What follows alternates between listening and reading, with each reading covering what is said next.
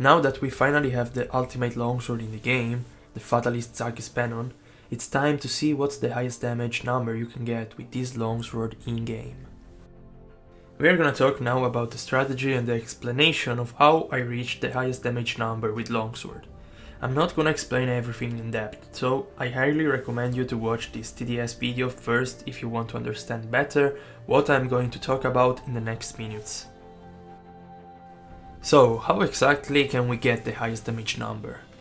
First of all, it's important to identify the attack with the highest motion value. That's the second hit of the Yai Spirit Slash, which has a motion value of 86. Nothing compared to the True Charge Slash of Greatsword, which is 264. Second, we need to hit the monster's body part with the highest hit zone value. Yeah, it's Dodogama's head once again. Nothing personal though, it's just for scientific purposes. I need to remember that since the hit zone value is 1, tenderizing with Clutch Claw won't get you any benefit from it. Third, we have to make sure to cap our attack, so we are going to use Fortify twice, Feline Heroics, and the attack up melody from the Hunting Horn, who was played by my friend Casti. These are percentage buffs, and they just multiply the base row of your weapon, which is 360 in our case. The attack cap is double the base row, so it becomes 720 here. In order to reach that, we also need some flat buffs, so we are going to use the Power Charm, the Power Talon and Coalescence level 3. Since I don't have much time because of my red gauge will run off, I have to activate Heroics and Coalescence as fast as possible and be ready for the Yai Spirit Slash. So I'm gonna use the Nitro Toad to trigger both Coalescence and Heroics with the Fire Blight.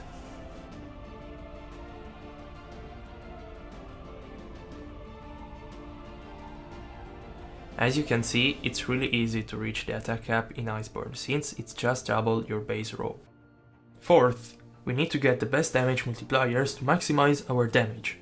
So I chose the Investigation with the highest defense multiplier, which is 115%.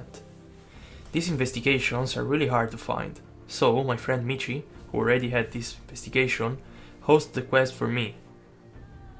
Then we have the 86% from our motion value, the 100% from the hit zone value, the 140% from critical boost, and the 139 from the purple sharpness.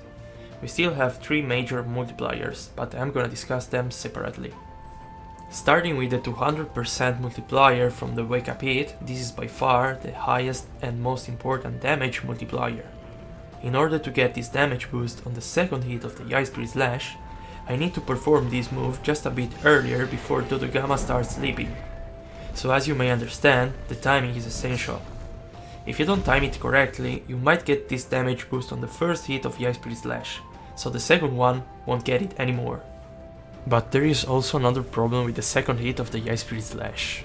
You can't actually control the spot that you are gonna hit.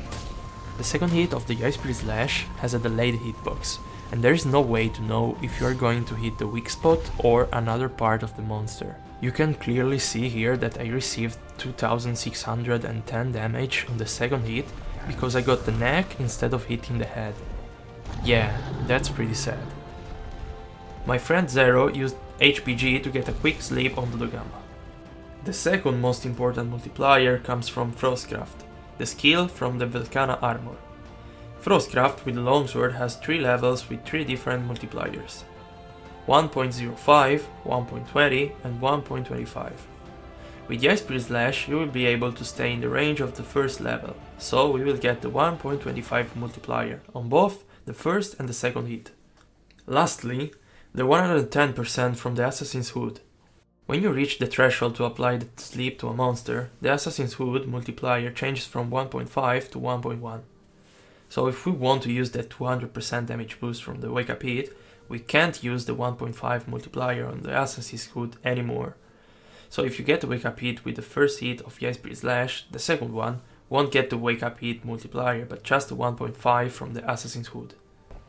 Now that we are done with the multipliers, let's have a quick look also at the first damage number we get from the first hit of Yai Spirit Slash. This attack won't be the Wake Up Hit as I already explained, so some multipliers are different. There are two multipliers on this attack that are not included in the second hit. These are the Sweet Spot multiplier and the Red Spirit Gauge multiplier. You get the first one when you hit with the center of your blade, and it's a 103% damage increase. Since the second hit of the Ice Spirit Slash, as well as the hits from the Helmbreaker, has a delay hitbox mechanic, there's no way to get that Sweet Spot multiplier on it.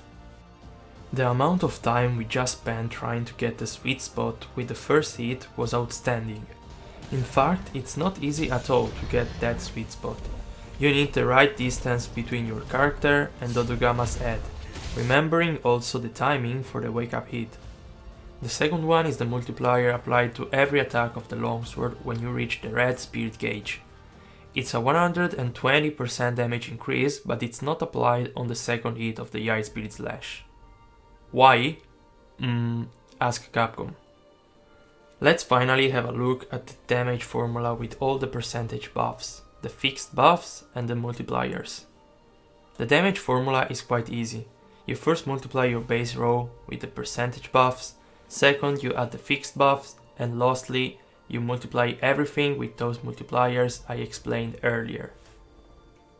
The final number we get is 3810.69612, and the game approximates that to 3811. This is the raw damage we are gonna deal. For the elemental part, I'm not gonna explain everything again. I will just quickly show you the buffs plus multipliers and the calculation. We were using Dragon Attack 6, but the elemental cap unfortunately is already reached with Dragon Attack 1 and Coalescence 3. The multipliers are similar to the raw part. We just have critical element, which is 1.35 instead of critical boost. The elemental motion value is 1 and the elemental hit zone value is 0.1.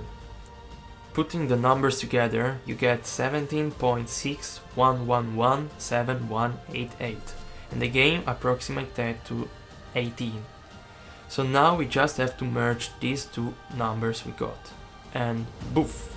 3829 will be the highest damage number you can get with Longsword. Talking about the first hit, if you calculate the raw damage and the elemental one and you combine them, you get 1077. And now it's time to show these numbers in game.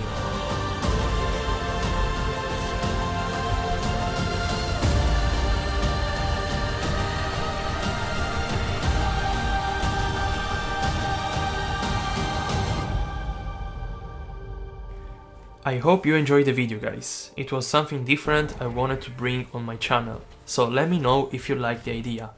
I also wanted to thank all my friends who helped me. Michi, Zero, Casti, and also Visory, who helped me with the damage calculation. Have a nice day everyone, and see you in the next video. Bye!